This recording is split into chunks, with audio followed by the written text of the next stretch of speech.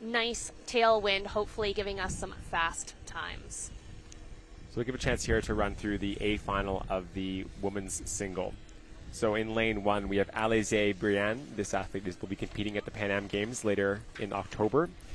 Lane 2, Katie Clark, the athlete from British Columbia. Lane 3, Carling Zeeman, our two-time Canadian Olympian in the women's single and defending national champion. Lane 4, we have Jenny Cassens. Jenny actually just qualified the lightweight women's double for the Olympics, but will be racing the heavyweight single at the NRC's regatta. Lane 5 is Shannon Kennedy from Rowe, Ontario, and Lane 6 is Shay DePavia, and she will be competing at the Pan Am Games later in October. A little bit of nerves here as you're trying to keep the boat nice and steady. At the World Championships, you have boots that will hold the nose of the boat steady and then disappear underneath the water on a tension go. But here we have the amazing volunteers, and we're shouting out that these events only happen thanks to our amazing team of volunteers here. You can see them right now stretched out, holding the boats level. There'll be someone else there using that orange and black marker to try and get all those bow balls, and those are the small little bows right at the bow of the boat next to their boat number, trying to get those all in alignment. Every boat is a slightly different length and size, and then the athletes have to tap on each side to get into alignment. And we're off. Quick little start there. Fantastic racing. Everyone getting away nice and clean. No slapping of the water. Looks like as though those middle lanes, those top-ranked lane 3 and lane 4, Carling and Jenny, off to a quick start. It'd be great to see these teammates who train together on a day-to-day basis come down the course and crown our national champion. Oh, yeah, and of course they'll know each other very intimately through their training that they do here on a daily basis.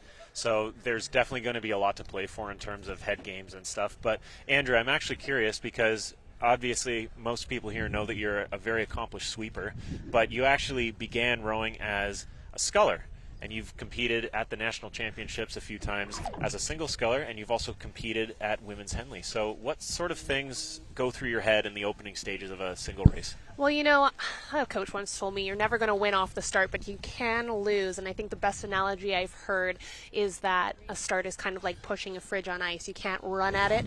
You need to kind of build a little bit of speed, and before you can really start to get the boat to move fast. Yes, I've raced against Carling many times and lost to her many times.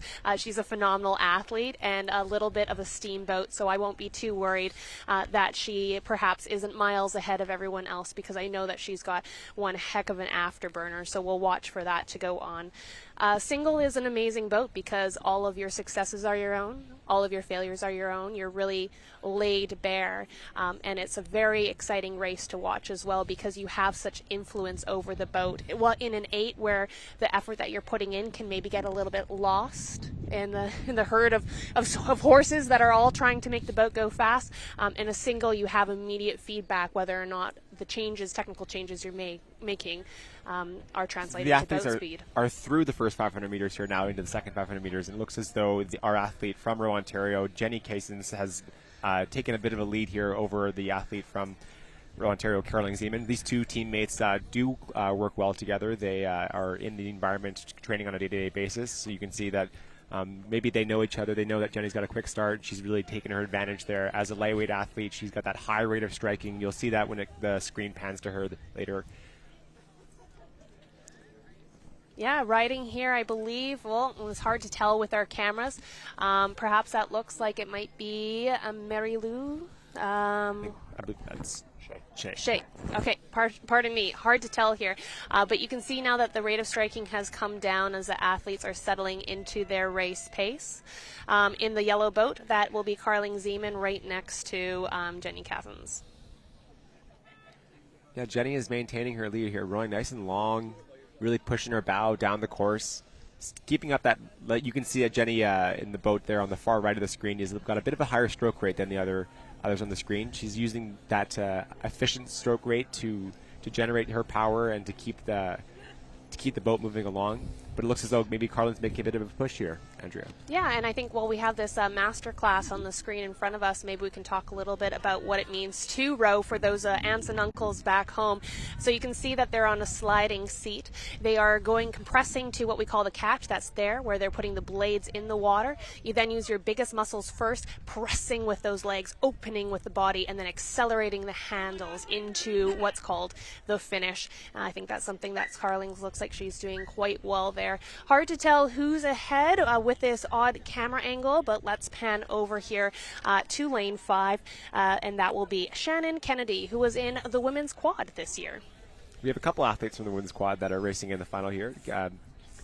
Shannon did row with Carling in the women's quad, so two teammates who spent the summer together in a big boat. I'm sure did lots of training in singles amongst rowing in the big quad. But look at this. This is a great camera angle here to see how tight the racing really is. Yeah, lots of overlap still between these boats, and maybe, Taylor, you can talk about that. What does it feel like to have overlap, to be able to feel all the boats right next to each other?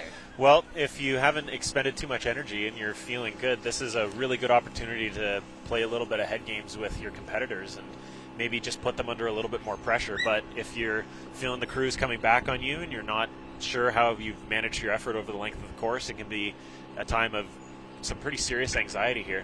But we can see it looks like Jenny Cassens has maintained her lead out in front here with about, I believe that's the 1,000 that they've just come through. Yeah, so halfway through the race. So we're going to look here to see Carling just looking over her left shoulder there. She's going to do a little bit of work and turn on that afterburner. Carling has one of the most impressive last thousands I've ever seen in a sculler. Yeah, and I mean, if I was Jenny, I watched Jenny and Jill, who was in the lightweight women's double at Henley Royal this year as well, and I started calling them the heavyweight hunters because they really do row so well that they are certainly a match for most heavyweight athletes too. So Jenny will probably looked like she tried to break Carling a bit early. I talk about the elastic band between boats, and if you're able to kind of snap that elastic between you and the other athlete, if the other athlete can't see you, can't feel your puddles anymore, well, then maybe they will be less likely to try and chase you. But it doesn't look like she snapped that elastic just yet. Carling still right where she needs to be, and plenty of runway left, but coming up towards that 500-meter mark. Yes, with 500 meters to go, I think we're in for a real treat here. The final 500 meters, tight racing to be had. Who's going to be our national champion? Carling has made her push. Jenny maintains her lead. We have just over what looks like 350 meters to go. Once those buoys change from yellow to red, that'll signify the last 250. Taylor, what does the last 250 mean to you?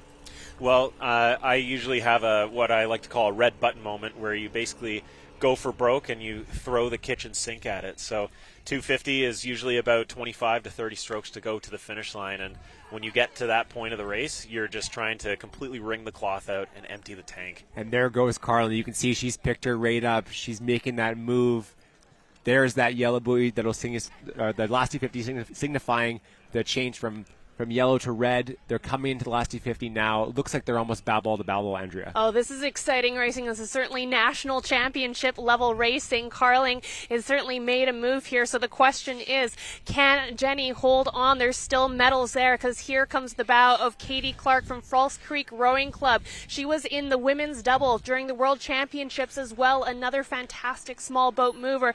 But it is Carling Zeeman, the Z Monster, two-time Olympian, defending champion, who has made the move. They're in the red buoys now, and every athlete knows what that means. Red means dead. Look at this, head to head, stroke for stroke. Jenny has pushed back again. A little lift to the stroke rate. You can see she's really trying to use their stroke rate to push that rate up and get that bow ball to come back with Carling. An amazing finish here. We're on our feet at the finish tower trying to look. It does look like Carling still has it, but she has to hold on. Katie Clark pushing. Can Jenny hold on? But it looks like it is now Katie challenging for that first, but it will be Carling first through the line, Katie second, and Jenny for the bronze. Incredible race. Carling able Jenny to... was second, I believe. Oh, was she? Quick correction. Okay. Jenny was second, but and Shannon came third there on the far side. Well, there you go. I guess I need more binoculars here. Wow, what a great race. Great final. That was incredible. Carling able to answer the question that Jenny threw down to her by responding in the second half of the race. You got to admire that, don't you? The way that Jenny went out and just attacked that first 500 meters. Well, really impressive racing. Fortune does favor the bold, Max, and sometimes you can really put your competitors under pressure, and pressure can either break you or it can make you a diamond. So very incredible response there by There Carling she is Zeeman. on the screen. That's Carling Zeeman, our 2023 national champion in the women's single.